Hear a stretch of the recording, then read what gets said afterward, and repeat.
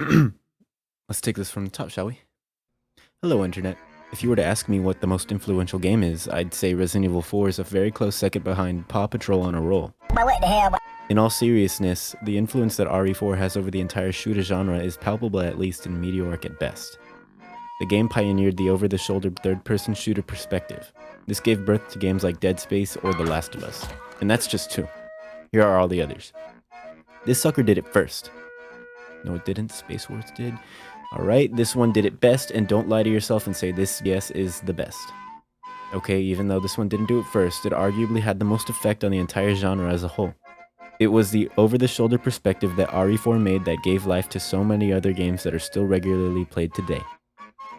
I'm looking at you, Fortnite. Pick me! Oh my God. The third-person design wasn't the only feature that made this game a cult classic. Things like the horror, visuals, game director, we'll talk about this one later, and the freedom of choice that the game gave were revolutionary at the time. Balling, and I regret it. Countless players gave countless hours into this game back in 2007, and still to this day, to this day, the community is thriving. But we are not here to talk about OG RE4 by itself like always. We're here to talk about... Now hear me out. I'm certainly not experienced enough to handle this monumental title in gaming's history. It's my first video. But I've spent 6 hours in a 30-minute demo, analyzing every detail my stupid smooth brain could gather from this possible masterpiece. I feel ready to tackle it, so shameless segue to the actual video. P.S. Don't hate me for my opinions. Okay, now we're ready. Resident Evil 4 2023 Remake Electric Boogaloo Super Deluxe Collector's Edition, nice statue, starts with a revamped cutscene that takes CGI footage from the previous remakes. The very second I heard Leon's voice, I was satisfied with Leon's actor. Somehow I made it out, but too many others weren't so lucky. He delivers the lines faithfully, and I have no complaints about that luscious larynx of his at all. The scene contains new lines that add an incredible amount of depth to Leon's character. He's way more believable as a human, and it shows that Leon is an actual person that is struggling with PTSD from his ventures in Raccoon City. It's shown that the cop in him died that night and that he wants to be healed from that experience. However, his induction into the USA super agent job that was forced on him kept him from moving past his trauma. In my opinion, it was a 10 out of 10 decision to revamp the starting monologue. This time, it can be different. It has to. After the cutscene ends and the following text screen, you are thrown directly into gameplay.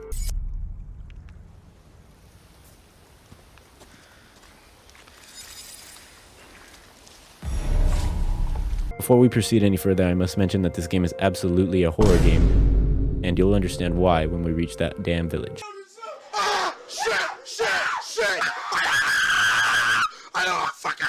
First things first, how does she play? Damn fine. After spending some time scrutinizing the detail of how Leon controls, I learned a number of things. The game does not feel like RE2 and RE3 remake, and it does not feel like the original RE4. I think ultimately this is one of the game's most defining features. It's modern in a very fucking unique design, like how the OG is old in a very fucking unique design. No matter how you move the left stick, the camera angle never adjusts. When Leon is at a walking pace, he strafes instead of following the direction of the joystick. This is unless Leon starts to run. This unlocks the freedom of moving Leon in a 360-degree motion. This means the player gets the best of both worlds. The ability to strafe walk and the complete directional control of 360-degree movement. I also think this adds to the immersion greatly. People can walk sideways in real life. Why the fuck do my dog walk sideways, boy? Sprinting is binded to L3 and R1. This is interesting because the button used for quick turning is R1. What this means is that when you quick turn, you automatically start sprinting because technically you made two actions with one button press. Why is this so cool? Because the camera, like I said, never moves by itself. Therefore, the camera hinders you by not helping you. However, having the option to turn the camera and make Leon sprint in a 180-degree motion is absolutely an amazing tool to have. Crouching is a new addition to the game. I appreciated it from the moment I pressed the button. The ability to approach the game in a stealth-like way opens up so many new possibilities for gameplay. The speed at which you crouch walk is slow but believable. You have to move slow if you want to be quiet, duh. You can't crouch sprint if you're trying to be stealthy. Disgusting leaves. Hey, what's up with there being dead animals in the intro to all the new games? Anyways, onto the first house. Its design and entrance is spectacular. Not much time was spent at the first house in the OG. mostly as a transitional area into the village, but now it feels like its own gameplay section. This adds a lot more meat to the bones and I quite enjoyed it. The locked door was an intriguing addition. It told me that there was already a lot more ahead of me in this house unlike in the original. Also, Leon's understanding and his ability to speak the language is a phenomenal add. Busco a un policía. Vino aquí? Of course he would know the language. The whole reason he's there is to question the Spanish-speaking community where the baby eagle or whatever is. And he would definitely know it because his accompanying translators ain't shit.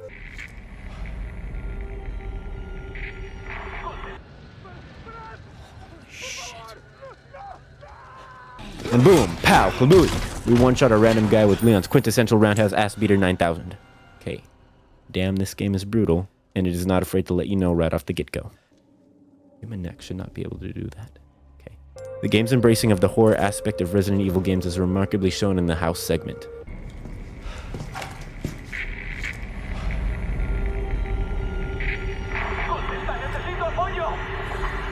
I read you. What's your situation?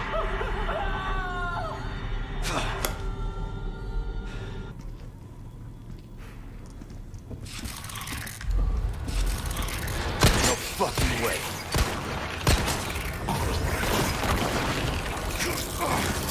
Alright, let's dip into UI gameplay a little bit. In the pause menu, you can access all the tabs that were in the original, plus one cool addition. The attaché case, map, key items, and treasures, and an all-new crafting menu. Now, are there any changes to these menus? Yes. The attaché case is faithful to a T, except for the addition of an auto-sort button. Instead of playing Tetris trying to fit all those grenades and chicken eggs in there, now you can press a button to figure it all out for you.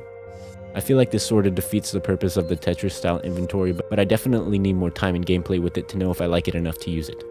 The map, in my opinion, is a lot easier to read with the options to zoom, rotate, change levels, and to recenter on the player's location.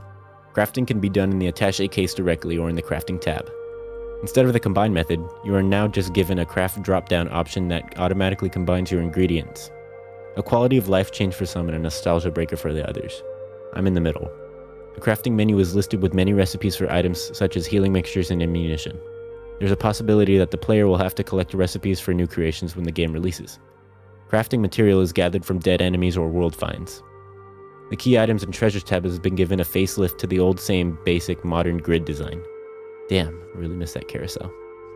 Alright, now onto Leon's arsenal. You are given a handgun, knife, and a first aid spray in your inventory. Now to all you seasoned OG RE4 veterans out there, there's something clearly wrong with that loadout. The knife is now an item. You know, a consumable item. It breaks. No. Wait. Hold up, let me explain.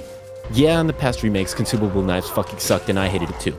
Every time you stuck it in some random zombie, it was permanently affixed to their skulls and you could lose a good tool. And not to mention its durability was ass. But I'm here to argue in favor of the knife design in RE4 remake. At first, I was heartbroken too. Leon lost his badass knife to some random ass fork steel knife that breaks after you use it to cut some fruit or something. But its implementation is considerably different from the other games. Your knife can be used as a melee attack with R2 or RT. I didn't find myself in situations where I used it like that though. It's in other predicaments like being held in a Nelson by a Ganado where you can use it to get away from said enemy. And the best part is that because of Leon's intense government-sanctioned training, he can pull the knife out of them and keep it. Tool does lose durability when this action is performed, but ultimately you get to keep the knife, which is way cool. Also, L1 or LB brings up the knife and puts Leon into a guarding position. When this is done, Leon can block incoming melee attacks at the cost of the knife's integrity. If timed correctly, you can perform a perfect parry, blocking the enemy's attack and reducing them to a staggered state. More on this later. And you can block incoming projectiles using the same method. Lastly, it's used to stealth kill enemies. In every use case of the knife, it loses durability. According to an online source that will be linked in the description, the knife can be repaired at the merchant, but I have no proof of that. I found no additional knives in the demo, so this is likely to be true. I think this adds considerably more depth to the tool and its usage. It's now a valuable resource that you have to closely consider before each use, without it being annoying. Quick touch on the enemy's staggered state. As like in the OG, enemies can be rendered stunned if they are damaged in certain areas of their body. Example, their head or their kneecaps. Once they're in stupid mode, you can roundhouse or suplex them like in the original. In my opinion and gameplay, I found it considerably more challenging to perform this little dance. Achieving it feels like an active accomplishment and is rewarding as such. Kicking multiple enemies is much more difficult than compared to the OG. Okay, now to firearms. You're given 2, and a secret third can be unlocked. First thing you'll notice about them is that they lack the laser. Lame. However, after examining the pistol, it could be read that it is compatible with the laser that you would probably be able to acquire later in the game outside of the demo. The weapons operate more realistically than in the other modern games too. Now guns hold the capacity of the magazine and an extra round if one is already in the chamber. This produces a +1 next to the ammo UI. This really adds a tactical feel to the gunplay as you'll want to enter every fight with that one extra bullet. It could make that life or death difference. Reloading with the base default pistol takes a realistically slow amount of time, but this added to my experience. The weapons can be upgraded presumably at the merchant once again, with stats like power, ammo capacity, reload speed, rate of fire, and precision. There is now a pentagon diagram next to your stat list that shows your weapon stats in a more visual way. I like this one a lot. The shotgun looks like it hurts a lot. If you're at a point blank range, then it tears people apart like I've never seen in any other video game. The gore so far in this game is downright delightful. There doesn't seem to be a dodge mechanic at first. In RE3, dodging was an actual action binded to a button press, but it doesn't exist in this game. Despite this, it's still possible to evade flying ganado swings. Like in the original, dodging meant baiting an attack and moving out of the way. This is the same in the remake, however the timing is much more tight, and the hitboxes are honest. So performing the same maneuver can be challenging when entering crowds. But let me tell you, when you do, you feel smooth as fuck. Breakable items containing loot have been in Resident Evil games for so long now that they are expected in newer titles. In this game they appear as crates and barrels with yellow paint. They can yield different items such as herbs, ammo, cash money, and metal scraps for making ammunition. The director determines what it will give you by how well you're doing in the game. If you have no bullets and a lot of healing items, it will give you more ammo. Or if you have a lot of weaponry but are low on life, you will receive healing items. This design is called a game director. The game directs its RNG properties and weighs them against or for you. If you are doing well and breezing past enemies, the game will make them harder. They might do more damage, or there might be many more enemies around you than if you were doing poorly. This was a revolutionary mechanic in the original game. Alright, here's a quick list of a bunch of stuff I found. The typewriter can be seen, but you cannot interact with it because of the demo's limitations. Crows can still be killed to make a buck. The wolf that Leon helps in the beginning of the game is now found to be dead in the remake. Fuck you, Capcom. Enemies react differently depending on where you shoot them as expected. A hit to the shoulder means they lose their weapon, or a hit to the leg means they trip. Actions that make loud noises result in the alerting of every goddamn person on the continent. Some examples are breaking crates, barrels, smashing windows, ramming doors, and running near enemies. Reloading can be done while moving, even while running. Leon can now move while aiming instead of being stationary. Leon can now choose weapons on the fly in a similar fashion to games like The Last of Us. This allows for uninterrupted fights and fluid gameplay, which is a stellar change. Actual damage received seems to be the same, but there are now factors that harm, other than the loss of health points. For example, when Leon receives damage from a ganado, he will enter an injured animation. This kills all of his speed, and I found that it made taking hits a terrible prospect. Alright, time for the most important part. When I started recording the footage for the remake's village fight, I was so shocked with how it went that I'm just going to narrate over the full fight. This fight was by far the most memorable moment of the Chainsaw demo. I was scared, I was under pressure at every second, I was grateful and relieved at times, I was happy, I was laughing, I was screaming. Holy shit, man, the developers really fucked with me. Alright, for starters here. The player has fought and killed a few enemies at this point, and at most, they probably have 20 bullets, 3/4 of a knife, and a healing spray. We understand that killing an enemy with such few resources is tough, and situations with more than one assailant are immediately more difficult than a one-on-one. Thus, the village is the culmination of everything we don't want. Very few resources to scavenge, tens of enemies, and a tough motherfucker with a potato sack and a chainsaw. I started by going to the leftmost path at the entrance. I've been doing that since the OG game, so I felt most comfortable doing it here. I kept walking past the first house expecting to find a woman messing with the hay, and sure enough, there was a woman fucking with some hay. Alright, at this point I was pretty sure of myself. I've done this a million times before, this ain't shit. Well, I stealth killed her and popped open the crate like always, then hopped through the window to collect more loot in the house. And that's when shit hit the fan. I wasn't expecting them to hear that for some reason. Probably because every other video game ever has conditioned me not to expect it. And immediately, the soft background grunts and Spanish words turned to confused and worried grunts and words.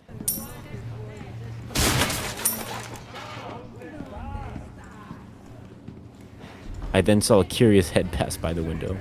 Immediately I knew I had been found out, so I shot through the door on the right. There were ganados blocking the path in front and behind me at this point, so I tried shooting my way out through to the front of the house. Got the headshot and flew past after realizing that 15 others were on my ass like a Ford F-150 tailgating you in a 35. My first thought after panicking for a second was to go to the shotgun house to collect it, so I acted quickly and made it. After viewing the cutscene, I blocked the window, collected what I could, and got my shotgun. Anyways, I started blasting. Getting the shotgun wasn't as much of a relief as I thought it would be after seeing how much ammo I had. After making the decision to leave through the window to the roof, I turned around and wasted my grenade on the chainsaw man. It would have been smarter to keep it for a crowd of enemies. So thinking back to the OG, I thought of going up the tower ladder to find some shotgun ammo. I did exactly that next. I climbed up the ladder expecting to see that nostalgic green case box of ouch cylinders, and was met with some cash and a quick way down. After screaming, mostly out of shock for such a crazy change, I hauled ass to the entrance and around the right side of the cowshed. At this point, the chainsaw boy was a ways away from me, but I decided to keep running, hoping to spew out back into the middle of the village, only to find that there was a wagon in the way of the opening. At that moment, a random enemy showed me their headlock skills, and the chainsaw man was having none of that.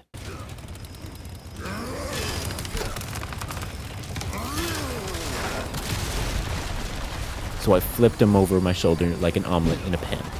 I chose to circle back and leave through the cowshed.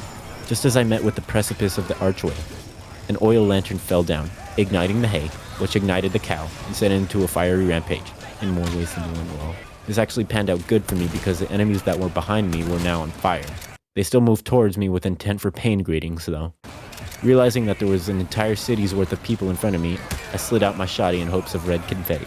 After getting slapped around like a piñata, the chainsaw man had finally caught up to me. Needing some more time to move, I pulled out my flashbang and chucked that motherfucker, only for the star quarterback to run me through with her rendition of Poseidon's trident, and brung my shotgun to show and tell. Or that's what I would have done if I hadn't forgot that I didn't have my shotgun equipped. After crying like a child and running to my mama, I made another grave mistake. I chose to book it to the northwest part of the village past the tower. I realized too late that this was a terrible blunder, since there's a dead end back there and all. And at this stage, I had no other offensive option other than my knife and my pistol.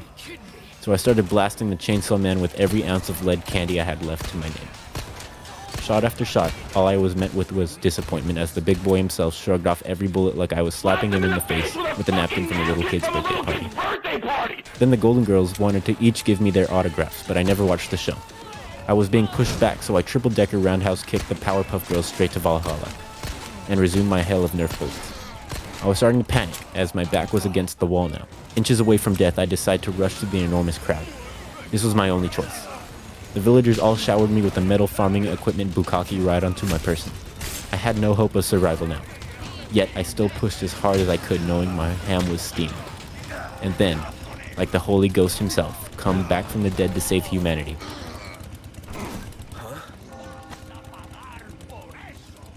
The bell tower rang. La campana. Hay que obedecerla. Él nos invoca.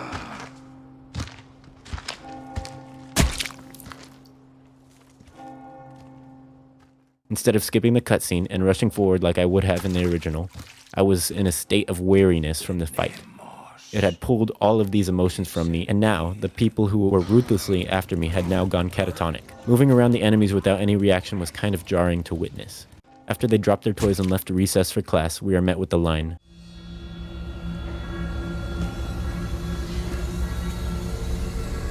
Where's everyone going? Bingo?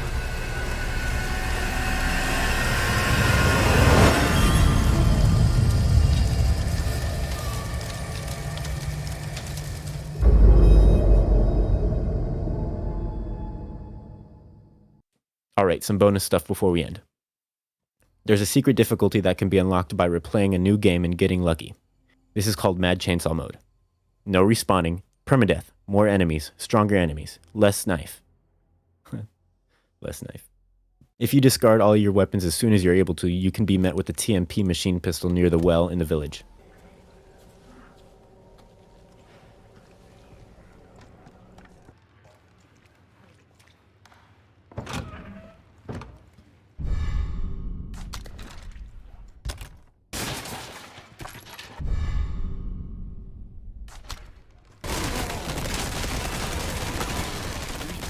You can spawn 2 chainsaw men in the village segment.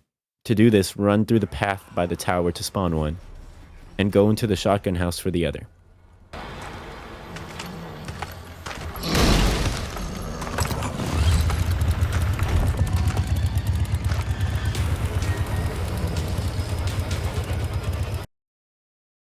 Killing both will net you a great score. The collectible file, the Crude Charm, is used to complete the Baby Eagle is Missing ARG. Parrying punches dismembers foes.